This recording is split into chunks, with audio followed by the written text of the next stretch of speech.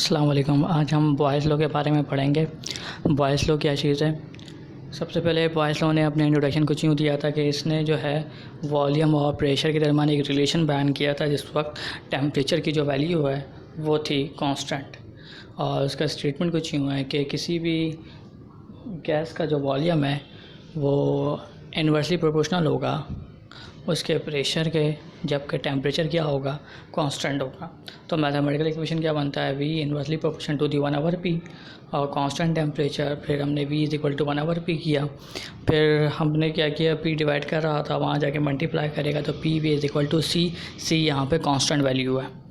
अच्छा, फिर हमने इसका इनिशियल स्टेट बयान किया और फाइनल स्टेट बयान किया। इनिशियल स्टेट का मतलब कि जब हमने गैस को किसी वॉल्यूम में या कंटेनर में इंसर्ट किया था तो उसका इनिशियल प्रेशर P1 था और इनिशियल वॉल्यूम V1 था। जब हमने कुछ टाइम बाद उसे दोबारा जब आउट किया तो उसका फाइनल प्रेशर या फिर फाइनल स्टेट जो है वो P2 और वॉल्यूम V2 रह गया। तो इसके हिसाब से हमने कंडीशन बना ली और उसके बाद हमने बॉयज़ लॉ की इक्वेशन ड्राइव की जो मेरे पास बनी P1 V1 is equal to P2 V2। अच्छा, ग्राफिकल रिप्रेजेंटेशन इसके दो हैं। सबसे पहले रिप्रेजेंटेशन कुछ यूँ है कि जब वॉल्यूम और प्रेशर के दरमियान कि V और P के दरमियान जब ग्राफ बनेगा तो एक कर्व डेवलप होगा, और जब V और 1/p के दरमियान जब ग्राफ प्लॉट होगा तो एक स्ट्रेट लाइन जो कि ओरिजिन से पास हो रही होगी। अच्छा, पेपर में जो सबसे ज़्यादा इम्पोर्टेंट सवाल जो आता है वो आता है कि KMT थ्योरी के बेस में बॉयज़ लॉ को डिफ़ाइन करें। KMT थ्योरी का मतलब कि बॉयज़ लॉ को डिफ़ाइन करना है काइनेटिक मॉलिक्यूलर थ्योरी के टर्म में। तो काइनेटिक मॉलिक्यूलर थ्योरी क्या कहता है कि अगर किसी भी गैस का जो वॉल्यूम है वो डिक्रीज़ हो रहा है और उस वक्त टेम्परेचर की वैल्यू कांस्टेंट है तो एवरेज वेलोसिटी जो है गैस मॉलिक्यूल का वो हमेशा कांस्टेंट रहेगा। जब उसमें फ्रीक्वेंटली कॉलिजन पाई जाएगी, यानी कि जब वो गैस किसी उस कंटेनर के वॉल से टकरा रहा होगा तो टकराने की वजह से जो है उसमें फ्रीक्वेंटली जो है कॉलिजन की वजह से जो है प्रेशर जो है वो क्या हो जाएगा, इंक्रीज़ हो जाएगा। दोबारा रिपीट कर रहा हूँ कि जब volume of a gas decrease हो रहा होगा और कांस्टेंट टेम्परेचर में तो वेलोसिटी जो है गैसेस मॉलिक्यूल की वो क्या हो जाएगी, कांस्टेंट हो जाएगी। और जिसकी वजह से जो है उसके जो कॉलिजन है, यानी कि जब वो मॉलिक्यूल जो है जब अपने मॉलिक्यूल जो जब कंटेनर से कॉलिजन कर रहा होगा तो उसके फ्रिक्वेंटली कॉलिजन में जो है क्या होगा, प्रेशर इंक्रीज़ हो रहा होगा, जबकि उसकी वॉल्यूम जो है वो क्या हो रहा होगा, रिड्यूस हो रहा होगा। लिमिटेशन इसमें क्या है कि गैस हमेशा जो है, यानी कि बॉयज़ लॉ हमेशा जो है हाई टेम्परेचर और लो प्रेशर में एग्जिस्ट करेगा और इसका डेविएटेड जो है वो लो टेम्परेचर और हाई प्रेशर में है। और जिस वक्त due to increase of intermolecular force, यानी कि इंटर मॉलिक्यूलर फोर्स क्या हो जाती है, इंक्रीज़ हो जाती है जब लो टेम्परेचर और हाई प्रेशर हो।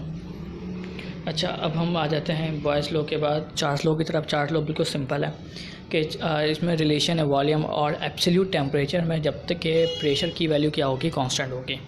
अच्छा, स्टेटमेंट कुछ यूँ है कि किसी भी गैस का जो वॉल्यूम है वो डायरेक्टली प्रोपोर्शनल होगा उसके एब्सोल्यूट टेम्परेचर के, जबकि तो प्रेशर की वैल्यू क्या होगी, कांस्टेंट होगी। एब्सोल्यूट वैल्यू का मतलब होता है वो वैल्यू जो प्रैक्टिकल तौर पे एग्जिस्ट नहीं करती है। तो एब्सोल्यूट टेम्परेचर का मतलब वो वैल्यू है जो अब तक प्रैक्टिकली तौर पे इसका वजूद जो है मौजूद नहीं है। अच्छा, एब्सोल्यूट टेम्परेचर मैंने डिफ़ाइन किया हुआ है कि एब्सोल्यूट टेम्परेचर का मतलब क्या है कि ऐसा टेम्परेचर जिसमें volume of a gas theoretically तौर पे ज़ीरो, यानी जब गैस का वॉल्यूम थ्योरेटिकली तौर पे ज़ीरो होगा तो उस वक्त जो टेम्परेचर बॉडी पे होगा उसे हम कहेंगे एब्सोल्यूट टेम्परेचर।